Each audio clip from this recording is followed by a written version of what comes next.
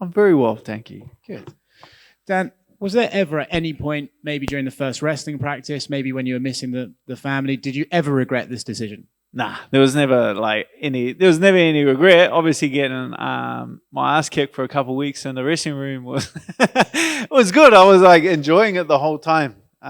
It's just my mentality when it's my mentality with everything. I was saying it the whole camp, freaking attest to that. Well, bends doesn't break, and that's like the true like strength to my mentality. I got nothing's like set in stone. Like I can.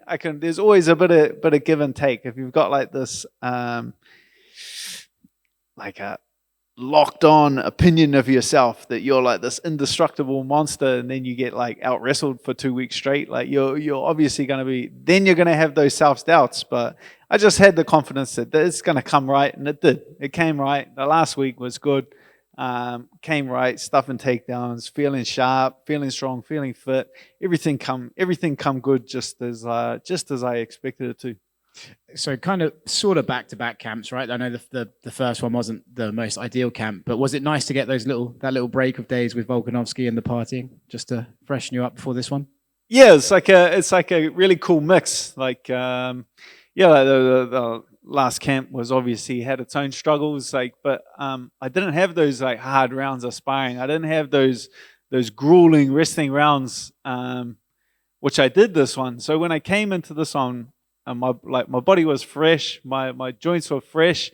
I'm glad it wasn't 8 weeks of this. I'm glad there was only 3 weeks of this, because I'm sure I was starting to fall apart. So I was very glad that it was only like a 3 week camp. But I got those rounds in. So coming into this second camp, my body was fresh and it was good to go. How does this fight feel to you? How compared to the usual workload? What's the media been like for this one? Because from the outside looking in, it feels like a big fight. They were all pretty busy. They were pretty busy. Once you get to pretty much get to know everyone, it's kind of cool. They just like send you a message, and it's kind of just like you're having it's more like you're having a catch up with your mates than like you got to kind of think about it. I don't sit down and think about what I'm going to say or anything like that. It's just you just have a phone call with your mates a couple of times a week, and then all of a sudden there's videos up everywhere. Which do you think's better? Beating a guy that the fighters know is a legit guy, but the fans might not have cottoned on to yet, or a guy like Islam where they're already saying like this guy's a champion and he's got all the hype behind him? Which do you prefer to beat? Both. Yeah, all of them. Yeah, like that's you can't control everyone else's perception of a fight. Like I can't control the narrative of a fight. It's just painted the way it's painted. He's a mix of both. Like he's a guy that like a specialist, very very specialist skill set, was doing some pretty incredible things. Now he getting the last couple of fights, getting the recognition for it, which has obviously caught the attention of a lot of the elite level guys. Now it makes sense to get out there and fight him. Do you know who Hasbulla is? Yeah. Does it upset you that he's going to be here supporting Islam this week? Who's the other bloke? Who's the guy on my team? Abdul's on my team. That's I got a horse on the race now. Now I'm training my boy. I'm training my boy Abdul. No word of a lie. I'm not even shitting. Abdul's on my team. Hasbulla can be on his team. He's picked his horse. He's picked a losing horse. Game on, baby. Everyone keeps asking you, like, how's wrestling been? Everyone talks about the Dagestani wrestling, but how is Islam striking when you're watching him fight?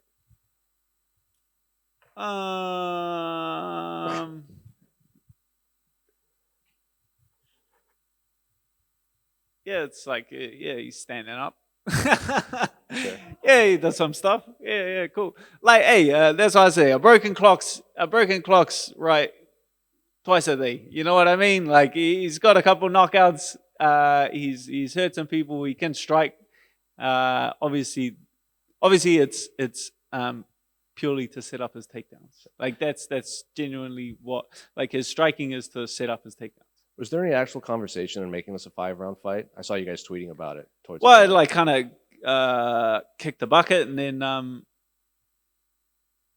then I got on a plane and come here. So I haven't run into any of the UFC higher ups. So I don't know. Like I've put it out there. If it gets switched, mate, they could switch it whenever. Like you're telling me ringing the bell 2 more times is going to cause that much drama? Like it's not that difficult of a decision to make. I'm willing to do it. If the UFC want it, like let's get it done. He said it's going to be bad for me. I'm gonna take that as a yes. I'm gonna take that as he's game for 5 fights. So whether they do it now, whether they do it tomorrow, whether they do it after weigh-in, whether I get to the venue on Saturday night and they say no, it's 5, not 3 rounds, like good to go. Like I'm game for that. Let's do it. We spoke with Drew Dober before his fight, and even there was that stretch of time when people thought maybe Michael Chandler would fight him for his debut, they said their DMs just blew up with Russian fans threatening their lives, saying you're going to die, this and that, when they were just tied to a fight with Islam. How did your DMs react when you finally got this fight? Mate, I've had Russians in the DMs for a long time, but I don't know where that would have possibly started, but it's been for years. I've had years. I'm immune to it. Honestly, like you're just barking up the wrong tree if you think you're gonna get under my skin with any computer talk. Like a computer's computer. You know what I mean? Like face to face is a whole different story. And yeah, not many tough guys in your face. Hi, Dan. The first question is, I think it's been a long time since you had normal preparation for a fight. Even it seems like every camp is doomed in a way. So, did you miss having a normal, proper preparation? I've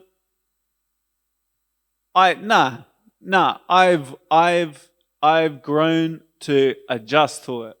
Like that's like one of the major lessons that I took from like the losses was like coming through those losses. If I were to sit back and think, oh man, if everything was perfect, I would have won those fights.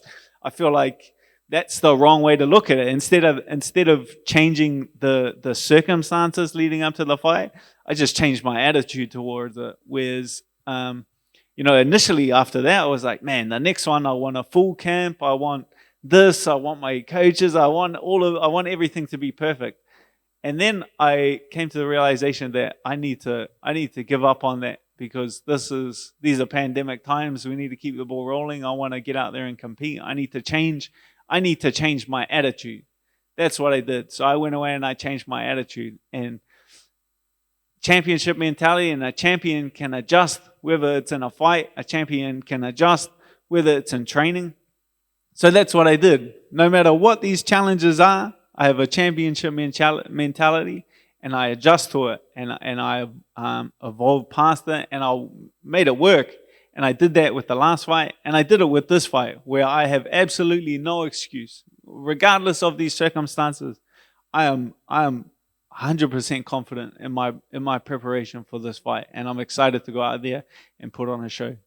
And you're becoming a fan favorite with every that kind of decision and the fight. But I wonder how your family reacts to these things. To being to taking the next fight like right after the previous.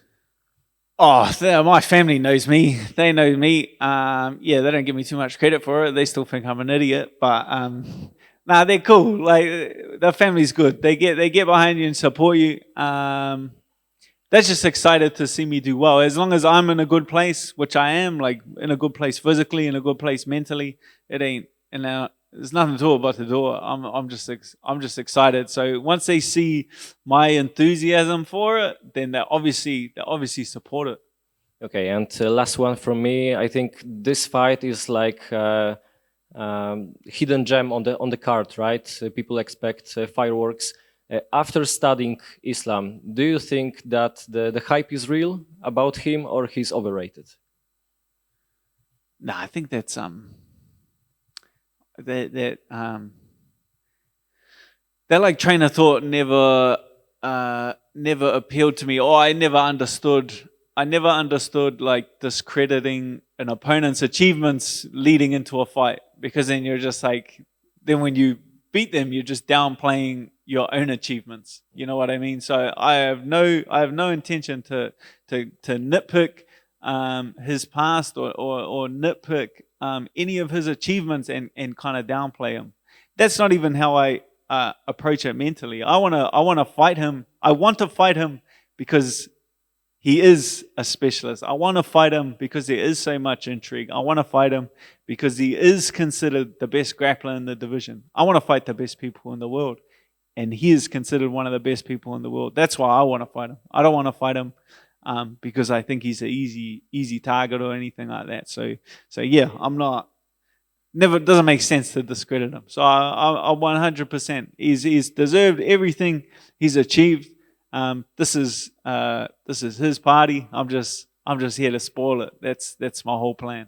Okay, thank you very much, and best of luck on Thank you. Saturday. Hey, Dan. We've seen you in the gym and doing some training in Dubai. What are your experiences of the UAE, and how much you're looking forward to fighting in Abu Dhabi on Saturday? Oh yeah, for sure. Like yeah, well I got stuck here after my last fight for 4 or 5 weeks, and I made the most of it. Went to TK MMA, and yeah, had great experience. It was a good team. It's like you can definitely feel it. Like it's just a bustling. It's a bustling MMA kind of mecca. It's like the same kind of feeling as Thailand. Like everyone comes here. It's like a very central place. Everyone can come and train, and it felt very much like Thailand. There were a lot of friendly faces from Thailand as well, because they were getting at that time they were getting stuck out of there. So it was great training. Had people from all over the world, getting some great rounds in with guys from Russia, guys from all throughout Europe. It was an incredible experience. I feel like, yeah, the UAE, Abu Dhabi, Dubai has got a massive future in terms of mixed martial arts. We've seen in the past a real vociferous, big support for the Russian and Dagestani fighters. How much do you relish the opportunity to walk into a kind of away fixture? Oh, I love it. I love the equally as exciting to me, whether it's main eventing a sold out show in your hometown or going out there and everyone's like everything is energy. Whether there's 10-20,000 people screaming for you in support, or there's 10-20,000 people wanting your blood. Like both of those get me just as excited. I relish this opportunity like nothing else. Like it's the way I'm approaching this fight, is that I'm coming over here to the foreign shore, away from home, and I'm coming to spoil the party. I'm coming to raid these shores and take all this gold back to Las Vegas. That's where I'm going. All the best. Thank you. Hi, Dan. Yo. Is there an update on New Zealand and when you can get back home after this weekend? No. Nah, they have so it's like a lottery. You just enter the lottery. I think there've been like four or five since I took the fight, and yeah, no dice. I'm just focusing on. So after this fight, I go back to Las Vegas. And then the UFC's flying my family out. So they're flying my wife and daughter out to Las Vegas. Once they get here, I'm content, man. I'm content. And also we got like Brad Riddell fights before the end of the year. Kai Kara France fights Cody Garbrandt before the end of the year. Those are both in Las Vegas. So I'm just focusing on the positives. I get to be over here for my teammates when they come here and help them out with whatever they need for their camps, support them in any way possible for their camps. And yeah, it's that is something that I'm very Bam Bam as well. He's coming over to Las Vegas. That'll be a good after party. There's nothing but positives. That's all I'm thinking of. And then as soon as New Zealand will let me back in, I'm sure I'll return back to New Zealand. What sort of plans do you have with your family in Las Vegas throughout the rest of the year? Not too sure. I take everything as it comes. My wife's got family in New York and Manhattan, so I haven't really thought past Christmas in New York. We got all those 3 fight shows: Bam Bam, Brad Riddell, Kaikara France, New York for Christmas. Israel's up in February. I'll be on that card as well. Let's get it going. Like the future is bright. Is there an update on City Kickboxing and whether on the relocation to America to sort of bypass or circumvent restrictions on getting back into the country? Yeah, well, that's like Kai and Brad. That's 2 more guys that are stuck here. Both of those guys don't have vouchers to return home, so that's 2 more guys that are stuck here before the end of the year. But in terms of like the decision on that, that's above my pay grade. I'm not. that's for our coaches and our like our management teams to kind of figure that all out. That's yeah. Thanks, Dan. No worries. What's up, Dan? How you going? I'm doing great, and you? I'm Not bad. I'm from Russia. Moreover, my name is Islam as well. So Nice. the question is, I've noticed that you are a huge betting underdog in this fight. So please name 3 arguments not to bet against you. Not to bet against me. Yes.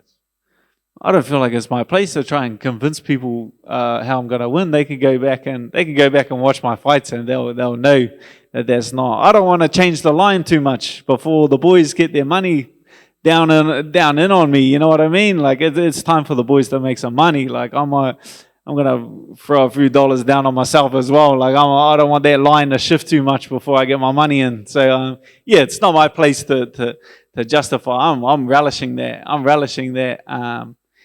4-1. Oh baby, we're getting paid. Thank you, sir. No. Thank you.